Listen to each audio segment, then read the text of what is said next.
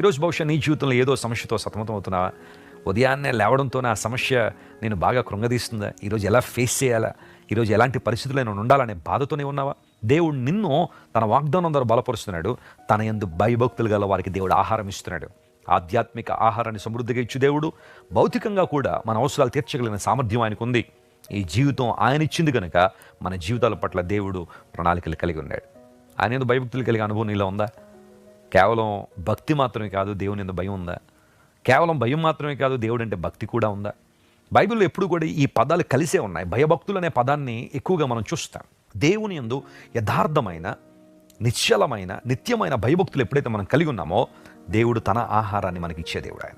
ఇశ్రాయేలు ప్రజల ప్రయాణాల్లో దేవుడు వారికి ఎంతగా మేలు చేశాడంటే వారి ఆకలిని తీర్చడానికి దేవుడు ఆకాశము నుండి మన్నాను కురిపించాడు. ఆయన దేవదూతల ఆహారం అనే పేరుంది మన్నాకు.